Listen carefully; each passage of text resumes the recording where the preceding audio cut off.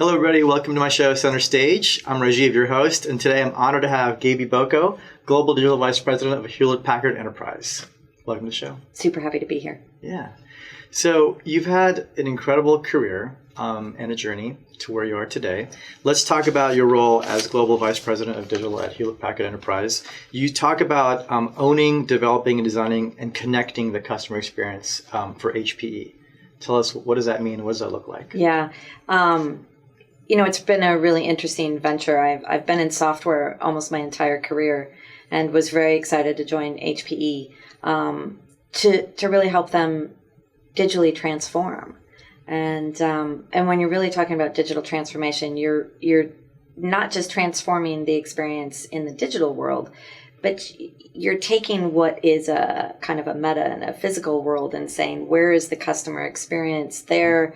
Can it be transformed? Can it be entirely digital? Should it be entirely digital?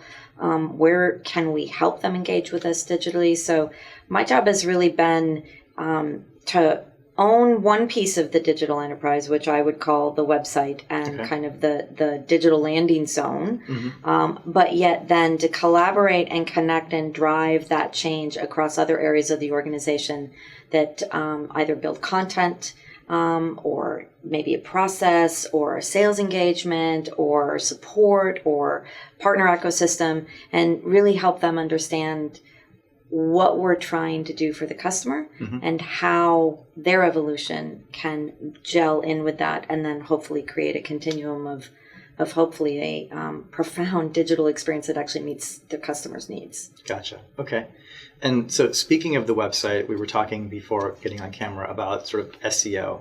Yeah. And the importance of search engine optimization, which is sort of the ever-evolving thing as algorithms change, and making sure you have the right domain authority and improving your ranking in search. And you have achieved some impressive results where you've moved the needle by 50% when it pertains to SEO. Tell us a little bit how you accomplished that. Yeah, that's a great question. So back to what I was just talking about in terms of the digital experience, it was more important for us to not just digitize something, but to actually create that experience in a living and a way that actually contributed back to the business. And SEO is one of the biggest drivers of traffic, of interface, of actually leads, of engagement. And I think that it was two parts for us. One is Hewlett Packard Enterprise, for those who might not be aware, was a split off from Hewlett Packard. So we literally broke the company in two and said, this is consumer and this is enterprise. So HPE had the benefit of starting fresh, right? So when you're building your own brand, you're building your domain authority, and you're starting from scratch, you have the ability to say, okay, so legacy kind of falls away. But at the same time, when legacy falls away, you're at ground zero, especially when it comes to SEO. So there's no domain authority, there's nobody trolling your sites, nobody cares about you in any way, shape, or form. So the things that we had to do were the basics, but then we had to innovate because we needed to come up to speed much faster. The way we really drove that 50% is by doing two things. Number one is really partnering with Google and saying, where can we use old? Where can we be ahead and do new? Where can you teach us, what's working and what isn't working faster? So I really enjoyed their partnership there. I also, though, empowered the team and said, there's got to be ways that we can do this much faster. So we really created what we call an innovation pod inside SEO, where we just go and we try things. We popped up a lot of what is pages because people were unaware of Hewlett Packard Enterprise and their definitions of their technology versus Hewlett Packard. So we have a lot of kind of glossary and education, and that really kind of helped us start to re-rank on ideas and technology that maybe we hadn't quite ranked on in the same way. We started to take advantage of things like voice search, which is huge, and huge as an idea, but not necessarily huge in execution yet. So we're really trying to be ahead of that curve. So everywhere we can do something a little bit better or differently, the team is empowered to say, not just let's just do the job well with Google and with our constituents inside the company, but let's go out and retrain ourselves in our own world and do the coolest, trendiest, and put it to use and see if it works. And it is. Love it. Love it. And I love the idea of sort of establishing this innovation pod and then doing this what is, sort of seeing what works and looking at the data and understanding that. Let's talk about data, because we were also talking about data, and we're in a world where everything is data driven, and as a marketer you have to understand data, you have to be analytical, you have to be creative, and data can get overwhelming. Yeah. And also I think it's been, from my experience, it can be challenging in terms of being able to extract the right insights from the data sets you're looking at and creating meaningful dashboards that are useful. Talk to us a little bit about your view, your worldview on data, and what's worked for you in terms of the learnings you can find and implementing meaningful dashboards. Yeah, that's a great question. I believe that digital by its very nature makes us borderless, both as people and as companies. And I think that one of the elements of digital that really allows us to be successfully borderless is data. And in that context, what I think is important is that everybody comes to the table with a basic understanding of what you want to measure. I think sometimes when it comes to digital, you're either at the mercy of what maybe an agency wants to measure, or what the board wants you to measure, or what sales wants you to measure. I only want it to attribute to revenue. And so what are going to be the right measurements? And you want to, at least for my team, we really wanted to focus on the things that we thought were going to be relevant to push us forward. We wanted to be a service to what other people felt they needed, but we wanted to really use the data to help drive us forward and hopefully fill in the gaps in between what people expected and where we needed to be. And that's really kind of the approach that we've taken.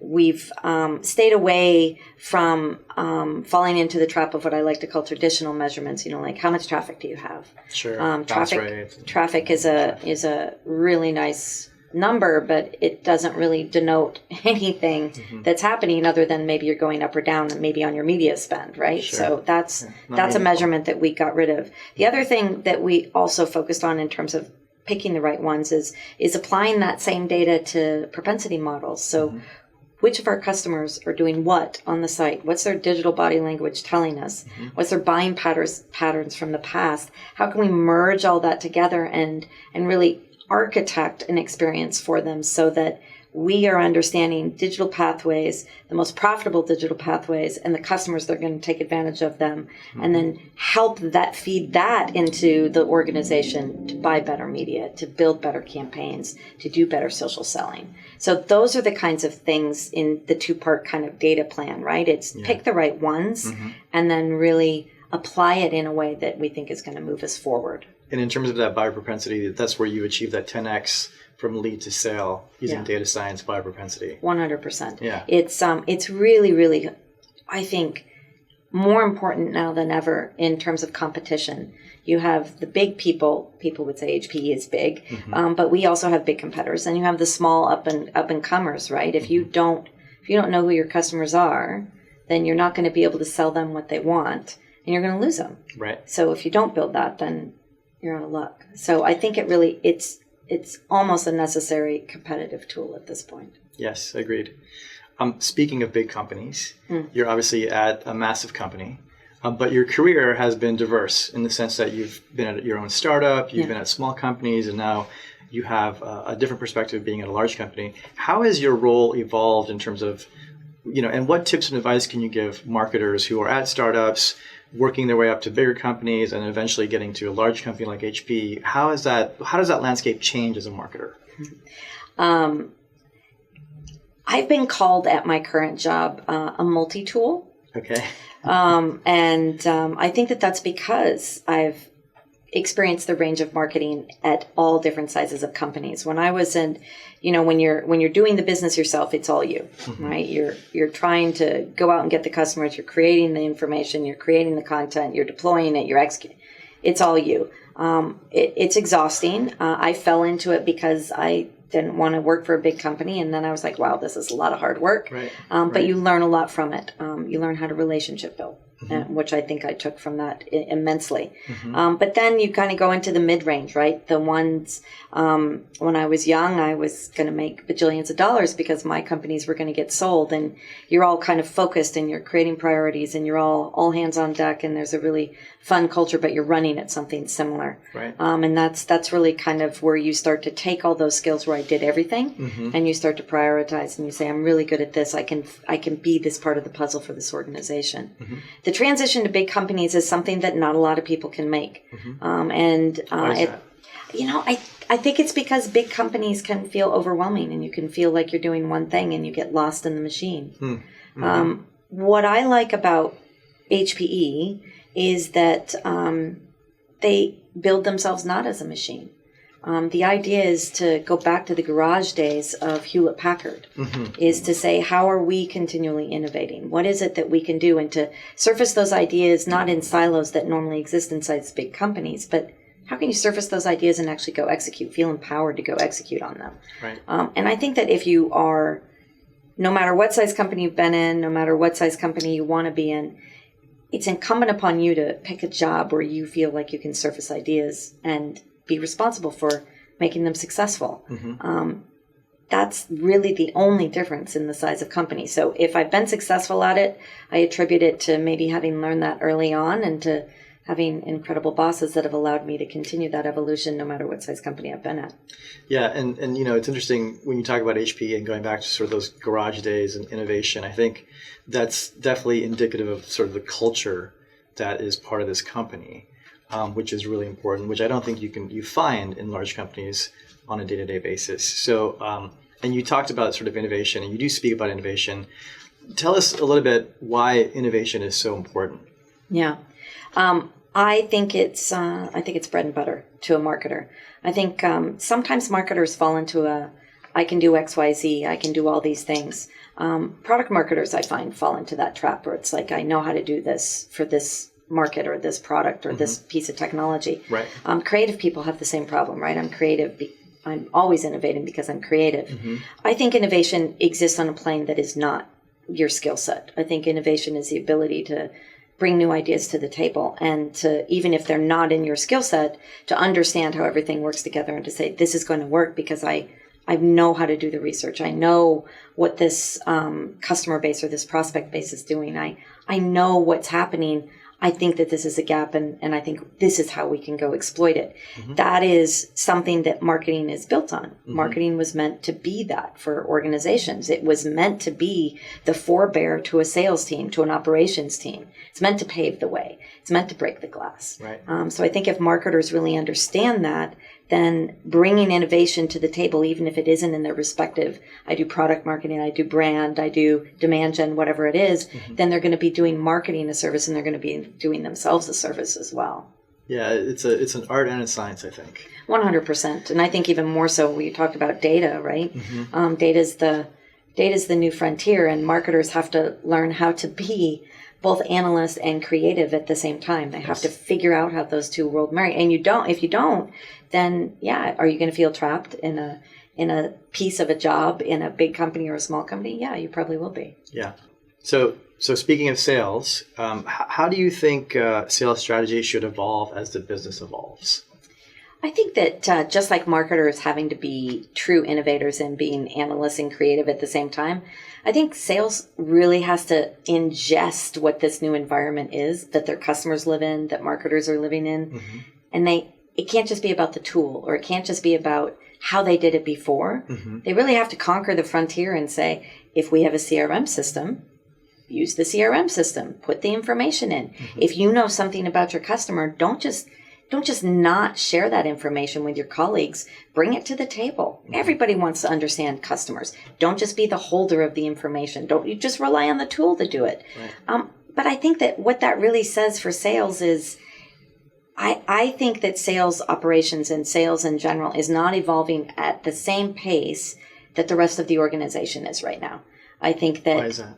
I think that it's because the art of the sale still feels very relationship based, and they really fall back on, well, it's the relationship, or I'm going to use the tools, or I think that sales has to be, well, let me put it in perspective.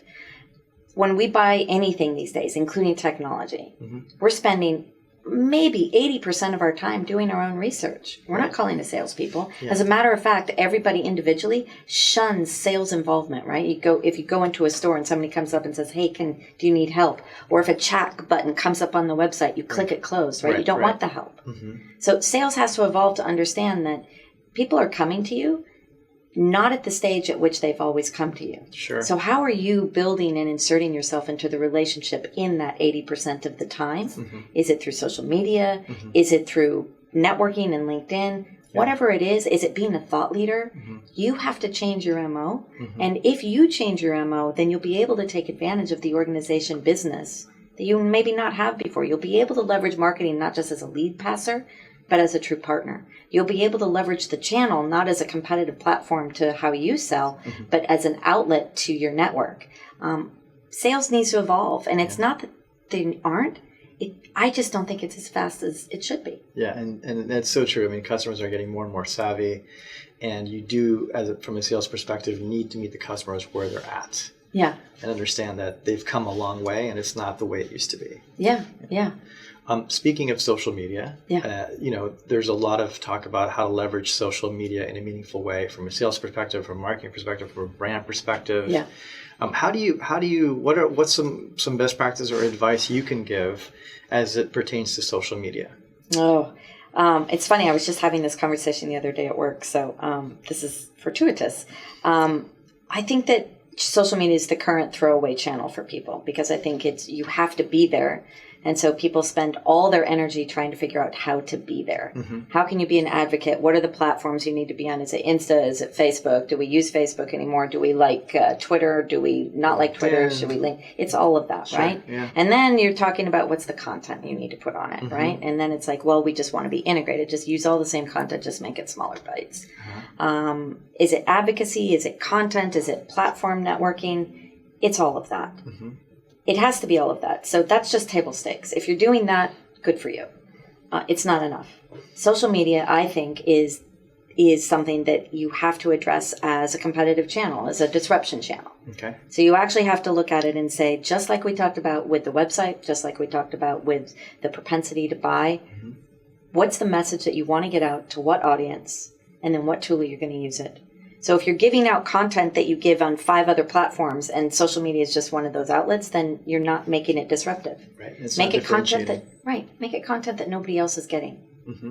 You can only get it through social media. Mm-hmm. Reach a specific audience and ping them and get to know them. And maybe it's a very targeted, very small audience. Maybe it's a certain type of buyer in a certain type of region and they're only social media based. Right. But really narrow the field and make it matter for you. Otherwise, it's just peanut butter and it's just everywhere. And then it's just, thanks for playing. But right. I think social media can be hugely disruptive. Mm-hmm.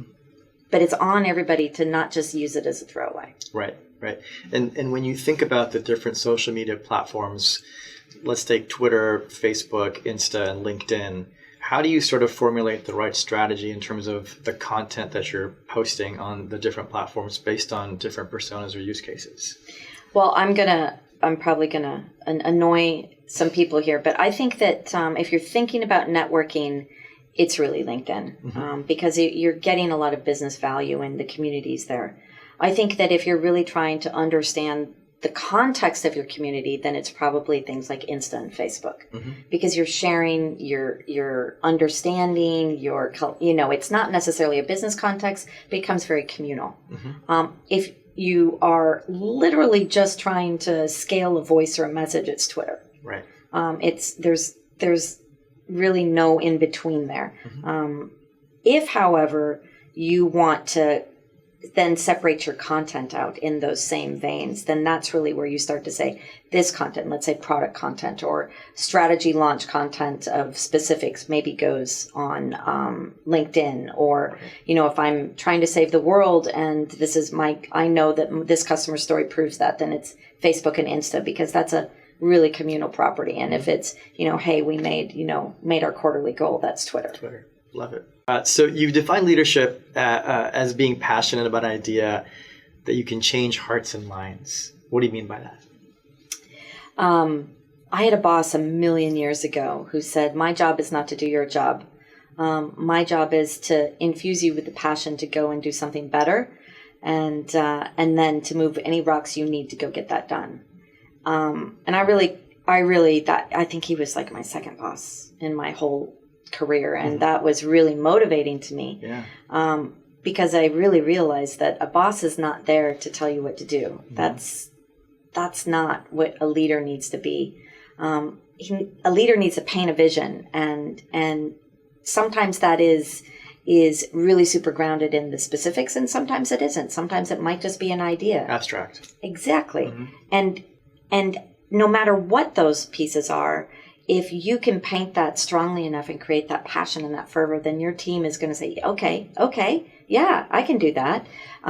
My team actually today, whenever I bring something up, it's actually kind of like, oh, this is a wild one. This is a wild one. She's throwing the curveball. And I do. I throw the curveball. Sure. But those great ideas come from everywhere. Yeah. And you know what? If it gets them thinking about their own great ideas, or you know what, that's where the SEO voice idea came from. It was me coming, and it was like, I was talking to Siri this morning, and I want to know why we can't do that in SEO.